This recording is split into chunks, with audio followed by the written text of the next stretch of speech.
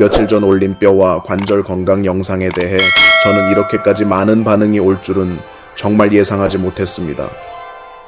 불과 며칠 사이에 수천 개의 댓글이 달렸고 저는 밤늦게까지 하나하나 직접 읽었습니다. 어떤 분은 이렇게 쓰셨습니다. 의사 선생님, 저는 이 영상을 보고 바로 대구에 계신 어머니께 전화했습니다. 어머니는 올해 72살이신데 늘 관절이 아픈 것은 나이 들면 당연한 일이라고만 말씀하셨습니다. 또 어떤 분은 이렇게 쓰셨습니다. 저는 딱 일주일만 그대로 실천해 봤는데 아침에 일어날 때 훨씬 덜 아팠습니다. 저는 이 통증을 평생 안고 살아야 하는 줄만 알았습니다. 저는 그 댓글들을 다 읽고 한동안 조용히 앉아 있었습니다. 자랑스러워서가 아니었습니다. 마음이 아팠기 때문입니다. 너무 오랫동안 조용히 견디며 살아온 분들, 그것이 운명이라고 생각했던 분들, 사실은 바꿀 수 있는 문제였는데도 그렇게 믿고 버텨오신 분들이 떠올랐기 때문입니다. 그리고 바로 그 댓글들이 오늘 이 영상을 만들게 했습니다. 솔직히 말씀드리면 저는 원래 이 주제를 다음 영상으로 미뤄두려고 했습니다. 하지만 여러분의 댓글을 읽고 나서는 더 이상 기다릴 수 없다고 느꼈습니다. 많은 분들이 칼슘을 보충해야 한다는 것도 알고 있고 관절약을 챙겨 먹어야 한다는 것도 알고 있으며 오래 서 있지 말아야 한다는 조언도 잘 지키고 있습니다. 시키는 대로 하고 있습니다. 그런데도 무릎은 여전히 아픕니다. 왜 그럴까요? 바닥이 뚫린 양동이에 계속 물을 붓고 있으면서도 정작 구멍이 어디 있는지 모르는 것과 같기 때문입니다. 관절 연골은 아침에 알약 하나 먹는 것으로 끝나는 방식으로 유지되지 않습니다. 연골은 하루 종일 돌아가는 하나의 영양 생태계를 필요로 합니다. 아침 식사부터 저녁 식사까지, 물을 마시는 방식에서부터 의자에서 일어나는 방식까지 전부가 연결되어 있습니다. 고리 하나만 빠져도 전체 흐름은 멈춰버립니다. 그리고 안타깝게도 빠져있는 고리는 대개 가장 작고 가장 평범하고 누구도 중요하다고 생각하지 않는 것들입니다. 그렇다면 해결책은 무엇일까요? 새로운 약이 아닙니다. 비싼 장비도 아닙니다. 보기만 해도 지치는 엄격한 금지 식단도 아닙니다. 해답은 10가지 식품과 2가지 생활 습관입니다. 그리고 이것은 누구나 내일부터 바로 시작할 수 있습니다. 사람들이 잡채를 볶을 때 자주 넣는 선명한 붉은색 식재료가 하나 있습니다. 그런데 그것의 연골을 만드는 영양소가 오렌지 한 개보다 2~3배 더 많이 들어있다는 사실은 거의 알려져 있지 않습니다. 또 어느 부엌에나 있는 아주 작은 검은 향신료가 하나 있습니다. 이것을 올바르게 사용하면 다른 한 가지 재료의 한겸 효과를 20배까지 높일 수 있습니다. 그리고 제가 이름을 말씀드리면 아마 웃음을 터뜨릴 만한 디저트도 하나 있습니다. 왜냐하면 과학이 처음으로 여러분에게 죄책감 없이 그것을 먹어도 된다고 허락하고 있기 때문입니다. 이 영상이 여러분께 도움이 될 것 같다면 지금 바로 좋아요를 눌러주시고 주변에 공유해 주십시오. 그리고 다음 영상도 놓치지 않도록 채널 구독과 알림 설정도 꼭 해주십시오. 아래 댓글에는 여러분의 연령대를 남겨주십시오. 그래야 제가 여러분을 더 잘 이해할 수 있고 다음 영상들도 여러분에게 지금 정말 필요한 내용에 더 정확하게 맞출 수 있습니다. 첫 번째 식품부터 시작해 보겠습니다. 수백 년 동안 한국인의 식탁에 올라왔지만 이것이 매일 자신의 뼈와 관절을 지켜주고 있다는 사실을 아는 사람은 많지 않습니다. 바로 두부입니다. 여러분은 이렇게 생각하실 수 있습니다. 두부, 소박하고 값도 저렴하고 너무 익숙해서 누구도 크게 주목하지 않는 이 음식이 도대체 관절 연골 재생에 어떤 역할을 할 수 있을까? 그 답은 복잡함에 있지 않습니다. 영양과학의 깊이에 있습니다. 두부는 우리가 일상에서 가장 쉽게 접할 수 있는 대표적인 식물성 칼슘 공급원 가운데 하나입니다. 그리고 여러분, 칼슘은 단지 뼈를 만드는 미네랄이 아닙니다. 그것은 온몸의 골격 구조를 안정적으로 유지하는 기초이며 관절 연골이 건강한 역학적 환경 안에서 움직일 수 있도록 받쳐주는 기반이기도 합니다. 우리가 50대, 60대에 들어서면 몸은 점점 칼슘을 예전만큼 효율적으로 흡수하지 못하게 됩니다. 규칙적으로 보충하지 않으면 뼈에 저장된 칼슘은 서서히 고갈되기 시작합니다. 그 결과는 단지 뼈가 약해지고 성기게 되는 데서 끝나지 않습니다. 관절 주변 환경 자체가 불안정해지고 그로 인해 연골은 비정상적인 압력을 받으며 더 빨리 닳게 됩니다. 많은 분들이 무릎 통증이나 고관절 통증이 시작되고 나서야 비로소 알아차리는 악순환이 바로 이것입니다. 여러분께 꼭 기억해 두셨으면 하는 숫자가 하나 있습니다. 손바닥 정도 크기의 단단한 두부 한 조각 약 100g만으로도 거의 200mg의 칼슘을 공급할 수 있습니다. 이것은 성인 하루 칼슘 필요량의 거의 4분의 1에 해당하는 양입니다. 더 특별한 점은 전통 방식처럼 황산칼슘으로 응고시킨 두부의 칼슘은 몸에 매우 잘 흡수된다는 사실입니다. 미국과 일본의 영양 연구들이 모두 두부를 중년과 노년층의 골다공증 예방을 위한 전략적 식품으로 평가한 것은 결코 우연이 아닙니다. 하지만 두부의 가치는 칼슘에서 끝나지 않습니다. 두부는 또한 양질의 식물성 단백질 공급원이며 몸이 콜라겐을 만드는 데 필요한 필수 아미노산을 제공합니다. 콜라겐은 관절 안에서 부드러운 연골 쿠션을 이루는 구조 단백질입니다. 그리고 빼놓을 수 없는 것이 바로 이소플라본입니다. 콩에 들어있는 이 천연 화합물은 가벼운 한겸 작용을 하며 관절 퇴행 속도를 늦추는 데 도움을 줍니다. 호주와 영국의 여러 연구는 폐경 이후 여성 가운데 콩과 콩 제품을 꾸준히 섭취한 사람들의 골밀도가 그렇지 않은 사람들보다 훨씬 더 좋았다는 점을 보여주었습니다. 한국의 고령층에게 두부는 또 하나의 큰 장점을 가집니다. 부드럽고 씹기 쉽고 소화도 잘 되며 수백 가지 방식으로 조리할 수 있다는 점입니다. 된장국 살짝 부쳐낸 두부, 미역과 함께 끓인 두부 조림, 이 모든 것은 지루하지 않게 매일 칼슘과 식물성 단백질을 몸에 채워 넣을 수 있는 훌륭한 방법입니다. 제 조언은 아주 간단합니다. 매일 식탁에 적어도 한 번은 두부가 오르도록 하십시오. 꼭 주된 식사일 필요는 없습니다. 작은 국 한 그릇일 수도 있고 밥과 곁들인 두부 한 조각일 수도 있습니다.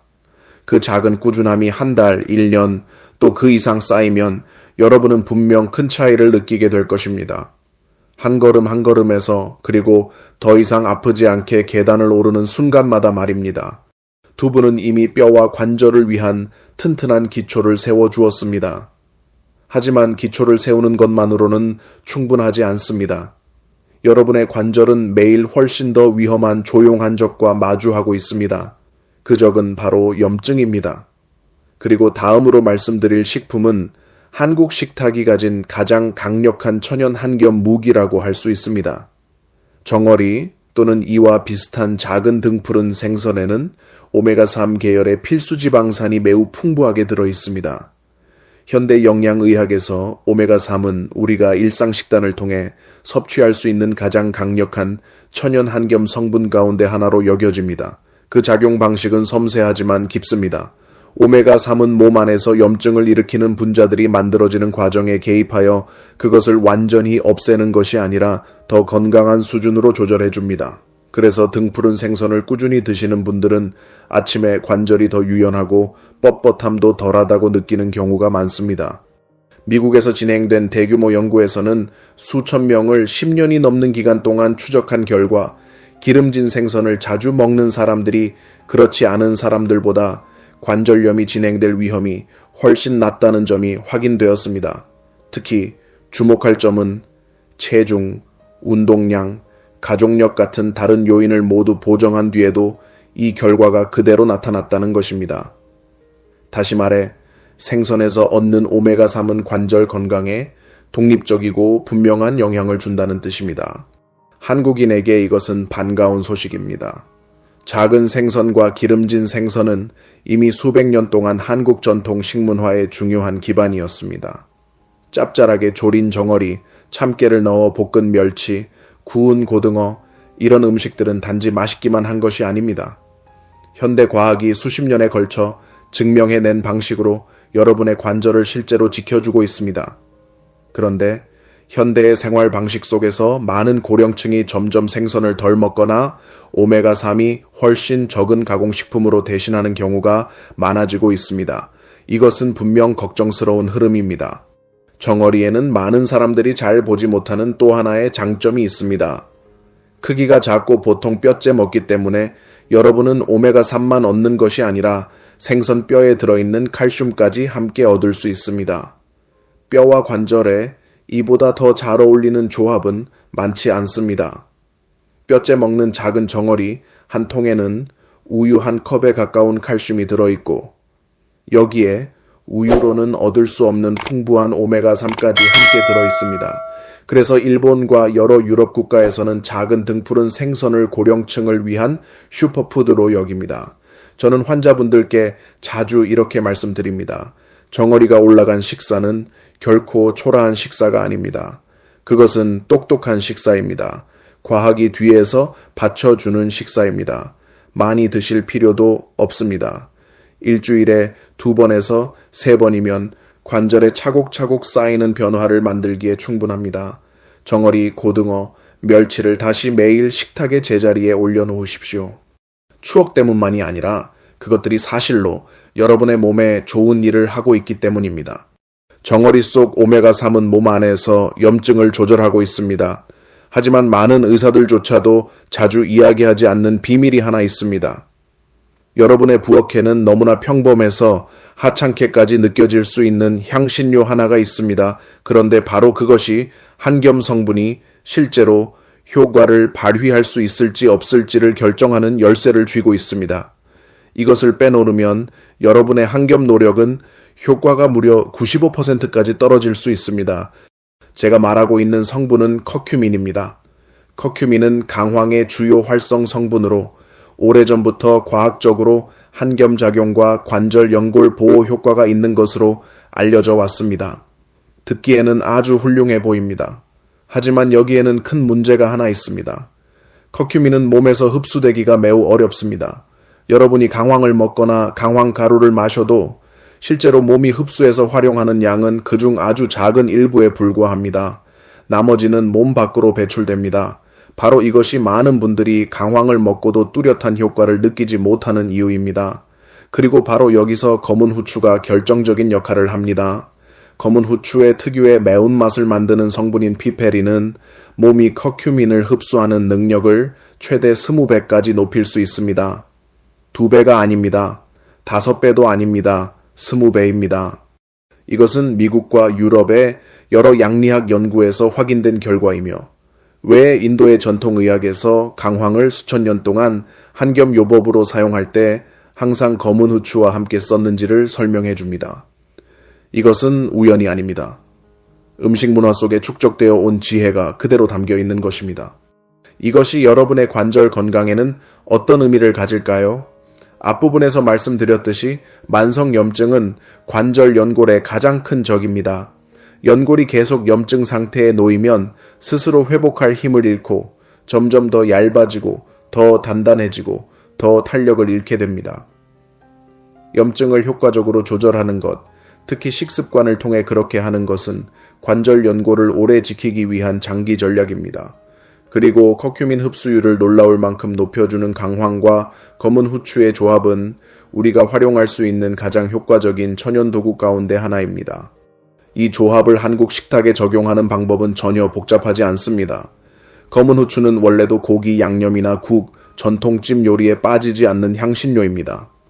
여러분이 해야 할 일은 작은 습관 하나를 더하는 것뿐입니다. 강황이 들어가는 음식을 만들거나 먹을 때 강황 생것이든 강황가루든 강황차든 항상 검은 후추를 조금 함께 넣는 것입니다. 아침에 마시는 강황차 한 잔에 작은 한 꼬집에 후추를 넣어도 좋고 강황이 들어간 국에 약간의 후추를 넣어도 좋고 강황이 들어간 반찬 위에 후추를 살짝 뿌리는 것도 좋습니다. 피페린은 커큐민을 증폭시키는 역할만 하는 것이 아닙니다. 검은 후추 속 피페린 자체도 소화기관과 혈액순환에 긍정적인 작용을 하는 것으로 알려져 있습니다. 그리고 이 두 가지는 관절까지 영양소가 제대로 전달될 수 있는지를 좌우하는 간접적인 핵심 요소입니다. 혈액순환이 좋지 않으면 몸은 연골을 제대로 먹여 살릴 수 없습니다. 그리고 검은 후추는 작지만 의미 있는 여러 방식으로 이 과정을 도와줍니다. 작은 후추 한 알, 그러나 우리가 생각해 왔던 것보다 훨씬 더 큰 역할을 하는 존재입니다. 검은 후추는 한겸의 힘을 깨워주었습니다. 하지만 관절 연골이 단지 보호되는 것을 넘어 실제로 재생되기 위해서는 몸에 꼭 필요한 또 하나의 대체 불가능한 재료가 더 필요합니다. 이것이 부족하면 몸의 다른 것이 아무리 충분해도 연골 완충층을 만들어내는 과정은 멈춰버리고 맙니다. 그리고 다음에 말씀드릴 이 선명한 붉은색 채소가 바로 자연 속에서 그 영양소를 가장 높은 밀도로 담고 있는 저장고입니다. 빨간 파프리카, 여러분이 이마트나 롯데마트에서 늘 보시는 그 선명한 색의 채소는 자연에서 가장 비타민C가 풍부한 식품 가운데 하나입니다. 중간 크기의 빨간 파프리카 한 개에는 오렌지 한 개보다 2배에서 3배 많은 비타민C가 들어있습니다. 그렇다고 해서 오렌지를 버리라는 뜻은 아닙니다. 빨간 파프리카가 많은 분들이 놓치고 있는 매우 효율적인 선택이라는 뜻입니다. 왜 비타민C가 관절 연골에 그렇게 중요할까요? 콜라겐은 연골의 주성분이며 연골 조직 건조 중량의 절반 이상을 차지합니다. 몸이 콜라겐을 합성하려면 특별한 효소가 필요하고 이 효소는 비타민C가 있을 때만 제대로 작동합니다. 비타민C가 부족하면 콜라겐 생성 속도는 느려지고 만들어지는 콜라겐의 질도 떨어지며 연골은 매일 받는 기계적 압력에 더 쉽게 손상됩니다. 반대로 비타민C를 꾸준히 충분히 공급하면 몸은 연골 속 콜라겐을 지속적으로 보충하고 복구할 수 있는 조건을 갖추게 됩니다. 조용히 진행되지만 매우 중요한 재생 과정입니다. 그뿐만이 아닙니다. 비타민C는 강력한 항산화 성분이기도 합니다. 관절에 염증이 생기는 과정에서 몸은 연골 세포를 공격하고 손상시키는 활성산소를 만들어냅니다. 비타민C는 이 활성산소를 중화하여 시간이 지날수록 쌓이는 산화 손상으로부터 연골을 보호하는 막을 만들어줍니다. 이것은 이중보호 작용입니다. 한편으로는 콜라겐을 길러주고 다른 한편으로는 연골이 파괴되지 않도록 지켜줍니다. 빨간 파프리카가 다른 고추류와 구별되는 특별한 점도 있습니다. 그 특유의 붉은색은 카로티노이드 계열의 천연 색소에서 나오는데 이 성분들 역시 추가적인 항산화 작용을 합니다. 그래서 여러 선진국의 영양 전문가들은 빨간 파프리카를 뼈와 관절 건강에 가장 영양 가치가 높은 채소 가운데 하나로 평가합니다. 한국 음식에서는 빨간 파프리카가 잡채 같은 볶음 요리, 샐러드 또는 된장 소스를 곁들인 생채소로 자주 사용됩니다. 생으로 먹는 것이 매력적인 이유는 비타민C가 높은 열에 일부 파괴되기 때문입니다. 그래서 빨간 파프리카를 생으로 먹거나 너무 높은 온도가 아닌 상태에서 가볍게 볶아 먹으면 비타민C를 더 잘 보존할 수 있습니다. 작지만 실제로 매우 유용한 요령입니다. 한 번에 많이 드실 필요는 없습니다. 점심 식사 때 빨간 파프리카 반 개를 볶음 요리에 넣거나 곁들여 드시는 것만으로도 그날 관절이 필요로 하는 비타민C를 충분히 공급할 수 있습니다. 간단하고 색감도 좋고 맛도 좋습니다.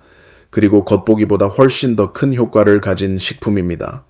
빨간 파프리카의 비타민C는 콜라겐 생성에 필요한 재료를 공급합니다. 하지만 나이가 들면서 몸의 자체 콜라겐 합성 능력이 30%까지 감소할 때 재료만 공급하는 것으로 충분할까요? 그 답은 5번째 건강기능식품으로 이어집니다. 바로 현대과학이 단지 재료를 공급하는 데 그치지 않고 몸이 더 빠르게 스스로 만들도록 신호까지 보낸다고 입증한 특별한 형태의 콜라겐입니다. 이 점을 이해하려면 왜 저분자 콜라겐, 즉 더 작은 펩타이드 사슬로 분해되어 흡수가 쉬워진 형태의 콜라겐이 중년과 노년층을 위한 실질적인 보충 방법으로 영양의학의 주목을 받고 있는지부터 살펴봐야 합니다. 한국에서 이것이 가장 대중적인 건강기능식품 가운데 하나가 된 것은 결코 우연이 아닙니다.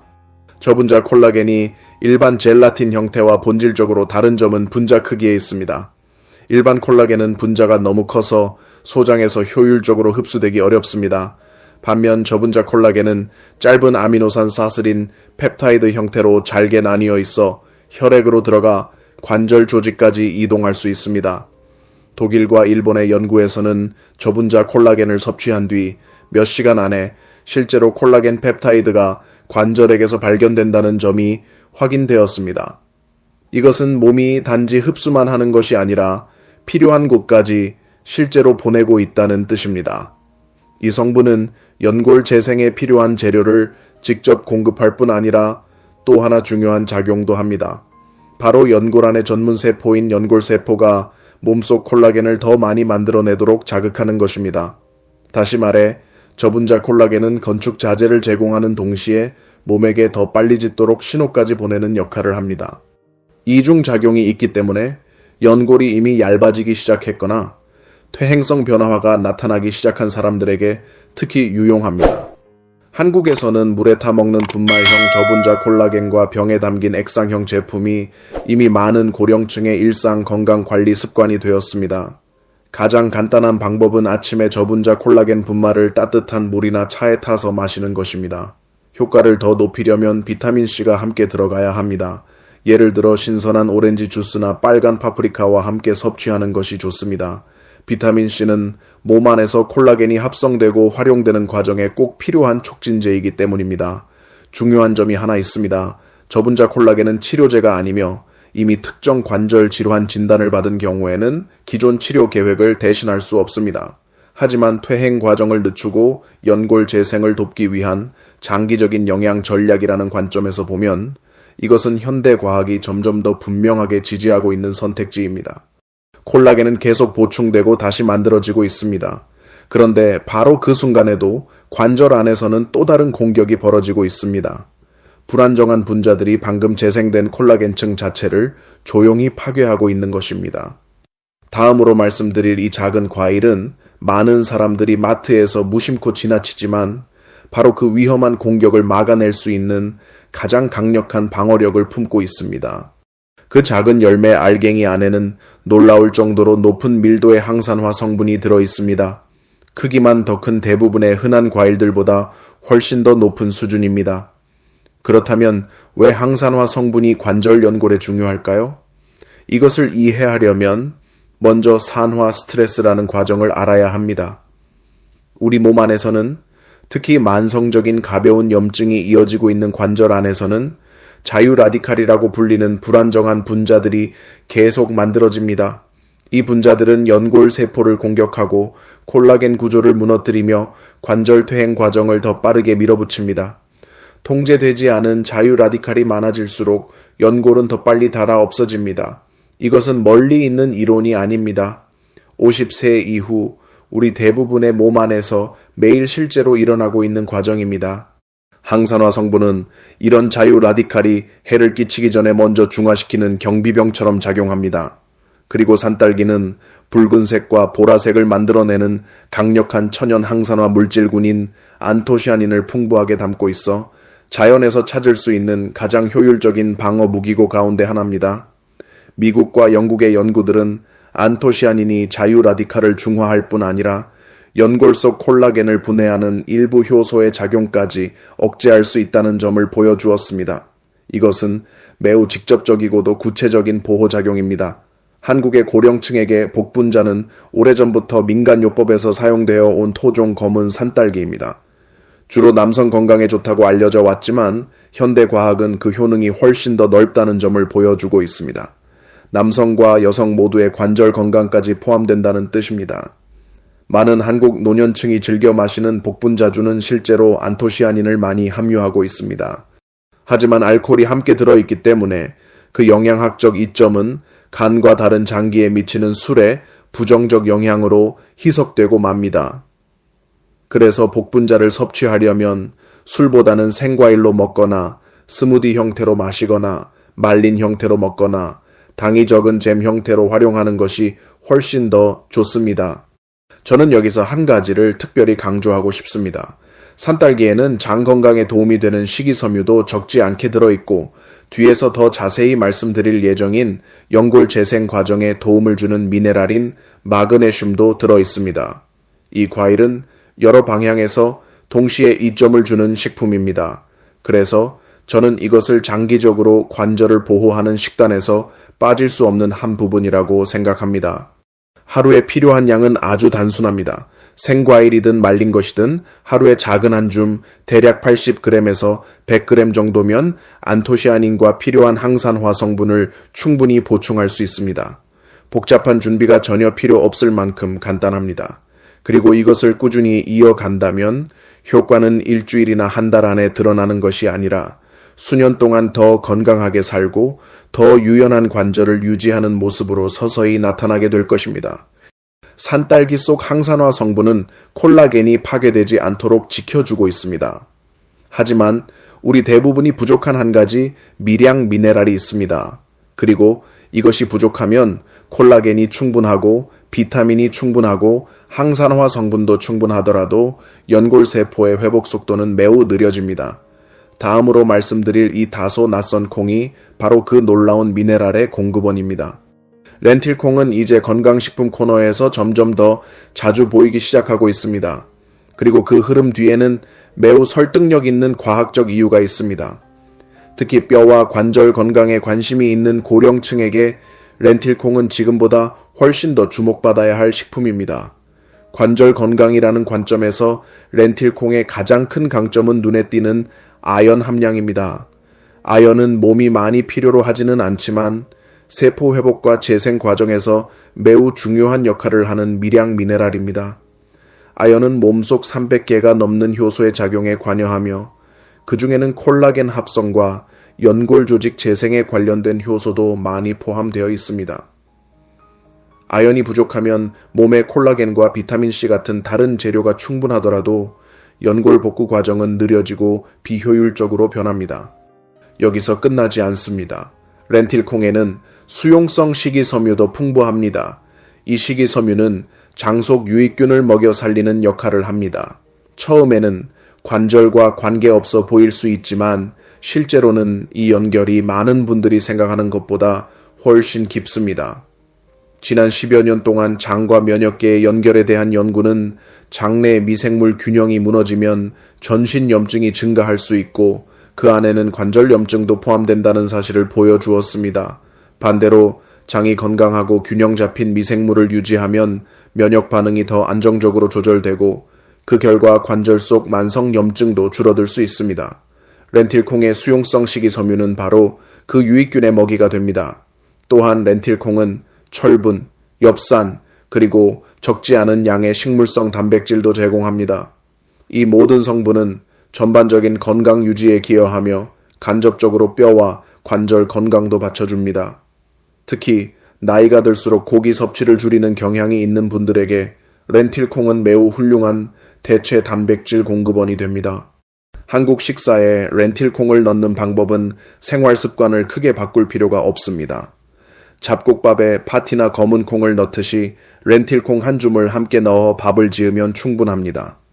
렌틸콩은 밥과 함께 익히면 은은하게 고소한 맛이 나고 식사의 전체 풍미를 크게 바꾸지 않으면서도 자연스럽게 일상 식단 속에 스며들 수 있습니다. 렌틸콩은 연골 회복 기계가 원활하게 작동하도록 미네랄을 공급하고 있습니다. 그렇다면 연골을 만드는 기본 재료는 무엇일까요?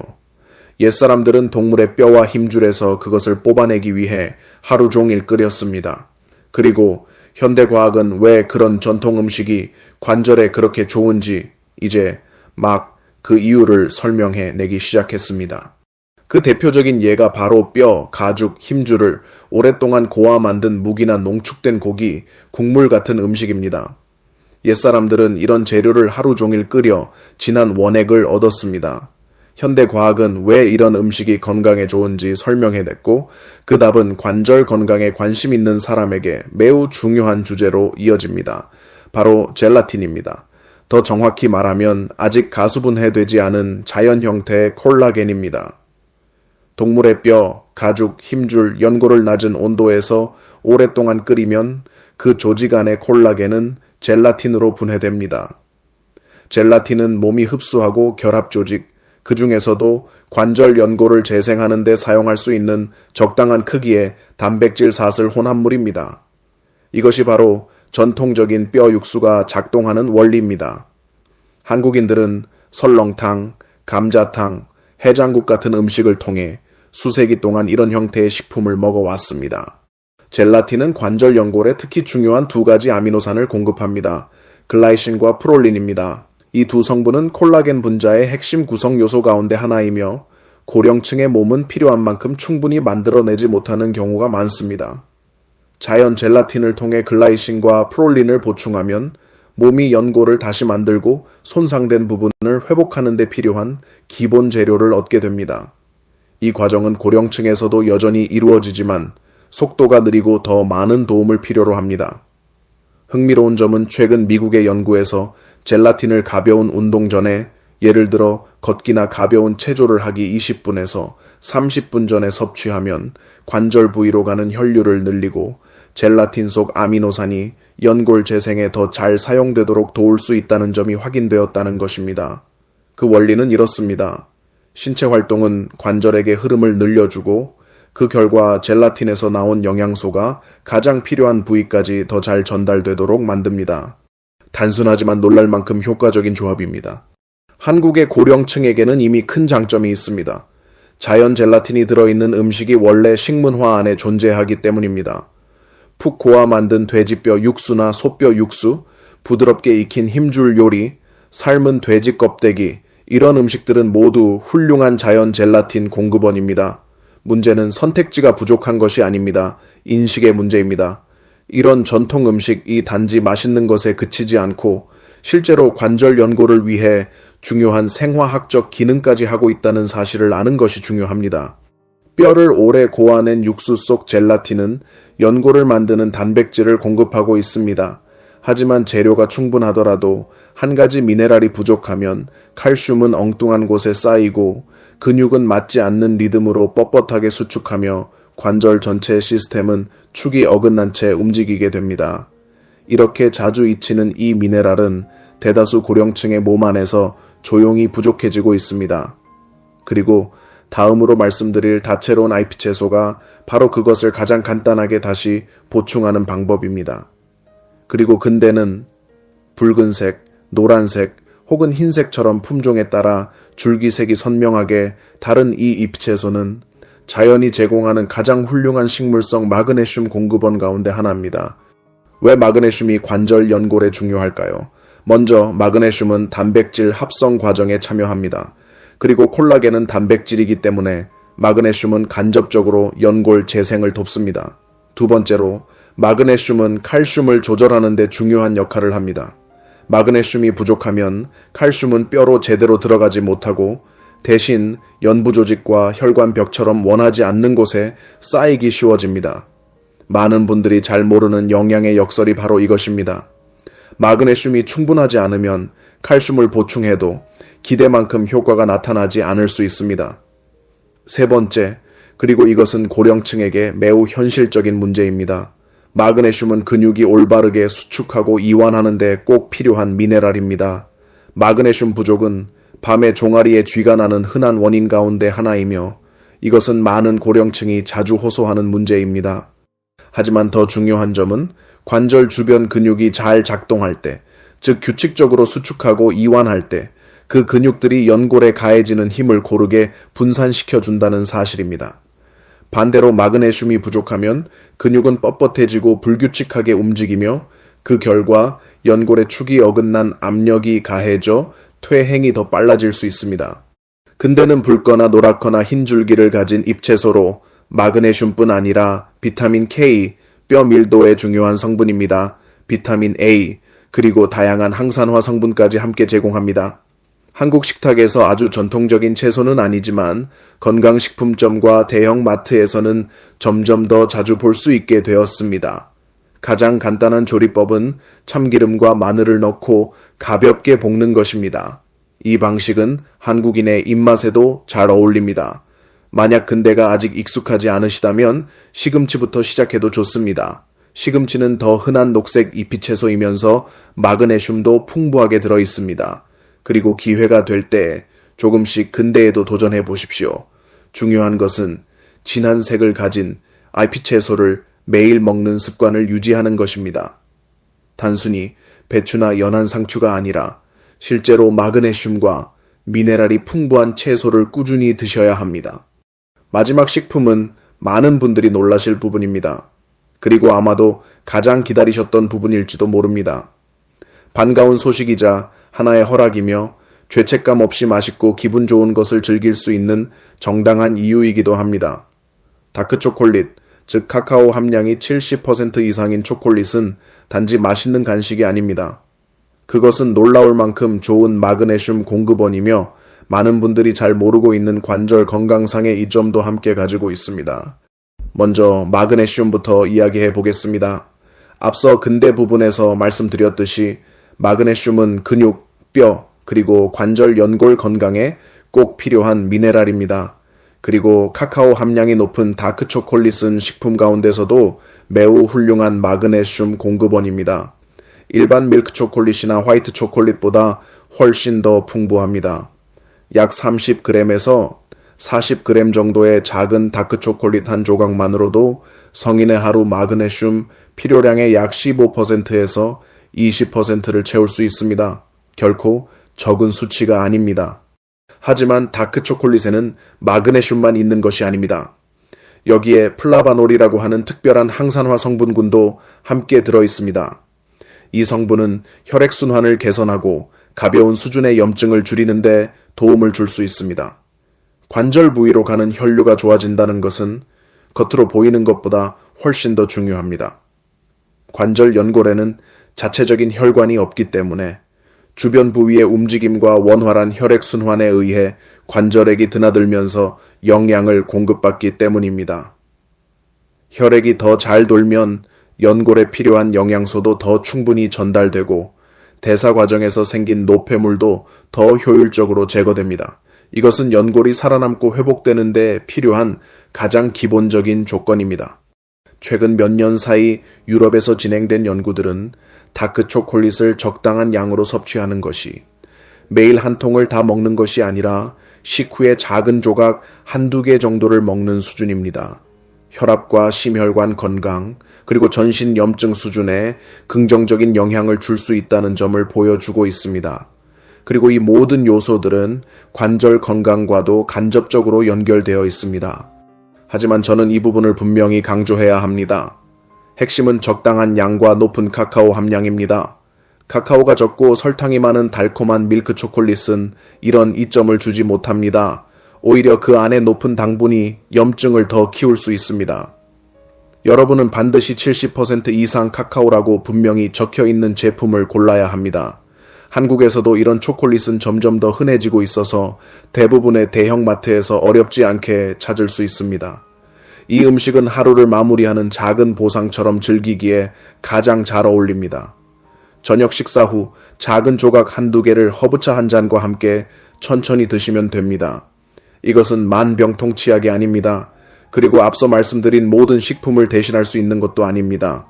하지만 관절 연골을 보호하고 재생하는 전체 식단 그림 속에서 아주 아름다운 한 조각이 될 수는 있습니다.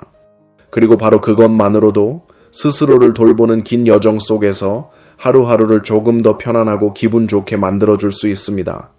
여러분께서 잠시 멈추고 정말 진지하게 생각해 보셨으면 하는 것이 있습니다.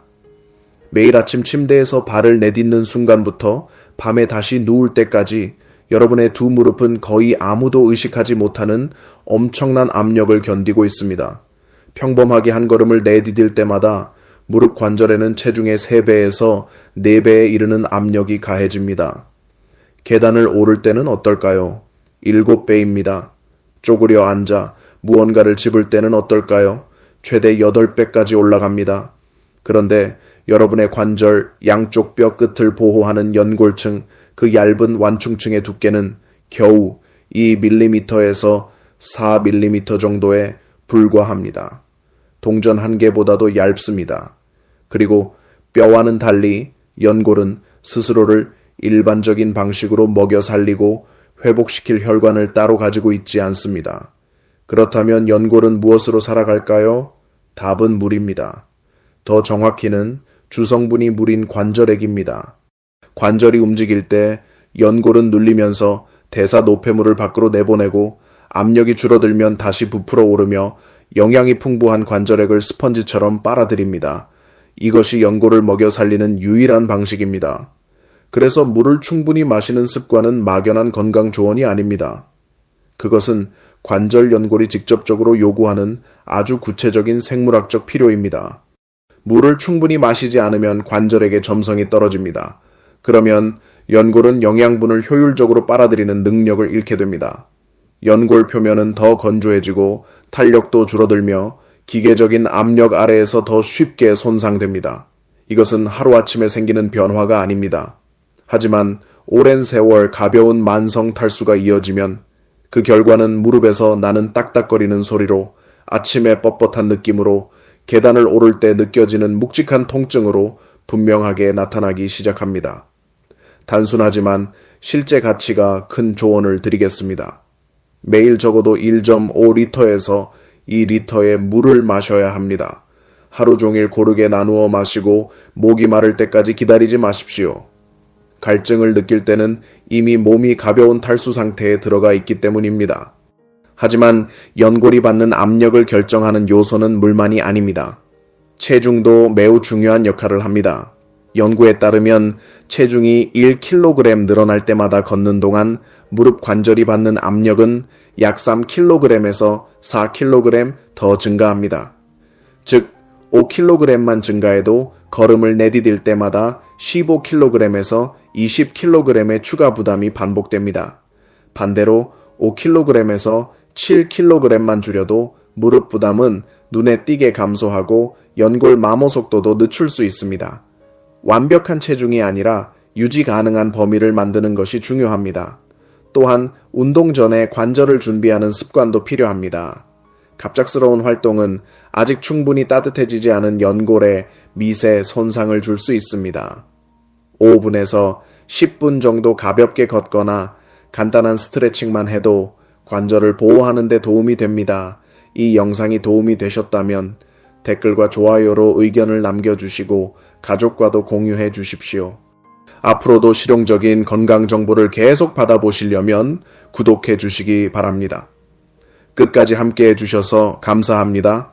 여러분과 가족 모두 오래도록 건강하시기를 바랍니다.